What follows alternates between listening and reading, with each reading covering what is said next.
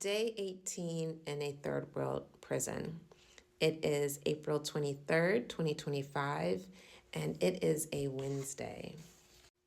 Every morning, I start the day with exercise, which you saw an example of what I would do in the previous video. So I use the 1 gallon of water as my form of weight to help me do some strength training and just get my heart rate up and activate my muscles, because most of the day I am in my cell, sitting in my bed, just reading, journaling. Every once in a while, I'll get up and pace a little bit back and forth, but majority of the time is in the cell, and you're just sitting there, reading, which I already said, or taking naps. In addition, every morning I spend time with the Word.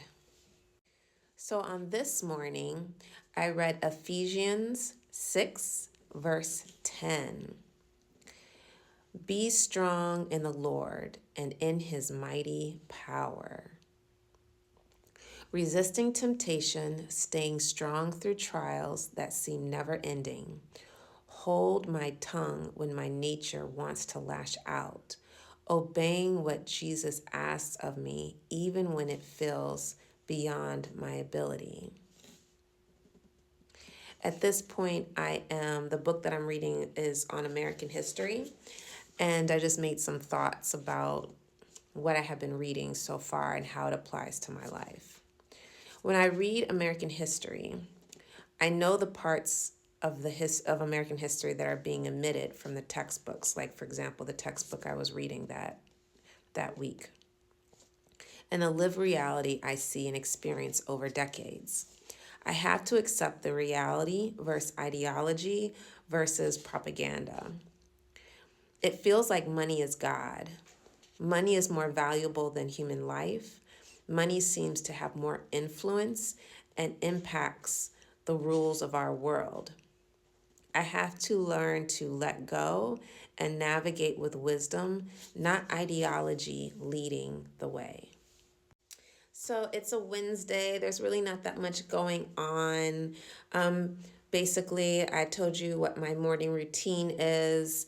In between that morning routine, I've showered, I've had my breakfast, and it's the same every single day. It's black bean soup with morning tea, which is basically just a very diluted hot chocolate, and then bread that comes out of a black garbage bag. The rest of the day, I'm pretty much in my cell until it's about time to do an hour break outside. Or if there's construction going on, which there happen to be construction, I'll tell you that story in another video, why there's construction going on.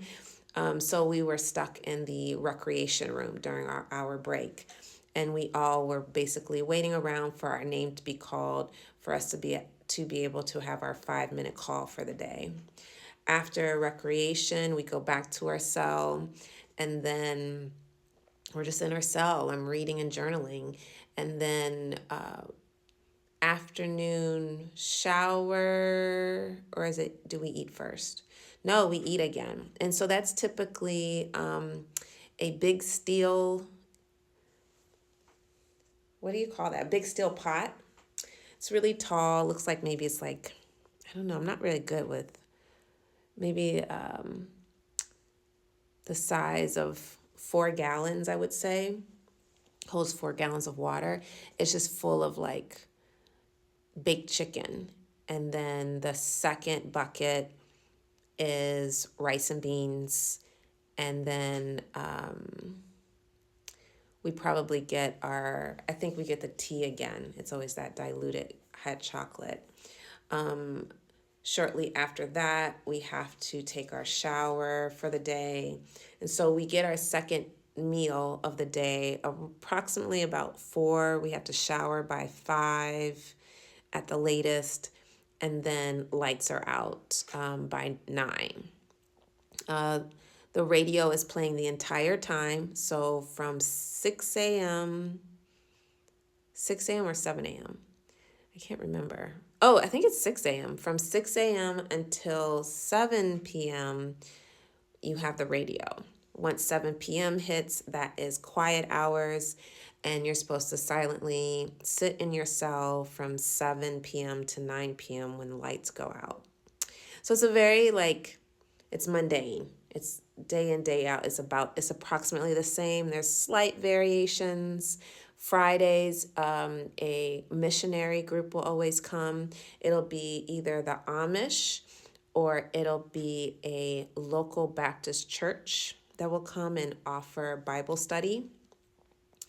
And then every first Sunday, a pastor will come and lead church service. But other than that, it's pretty mundane, routine, back to back. Two important things happened the day before. So that's Tuesday, the 17th day in a third world prison. The U.S. Embassy comes. So there were 3 people that arrived.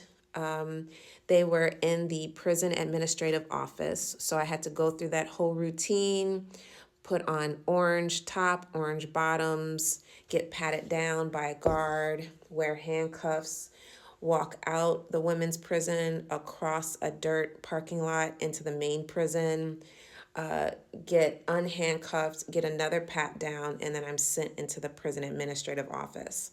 From there, they guide me to a room.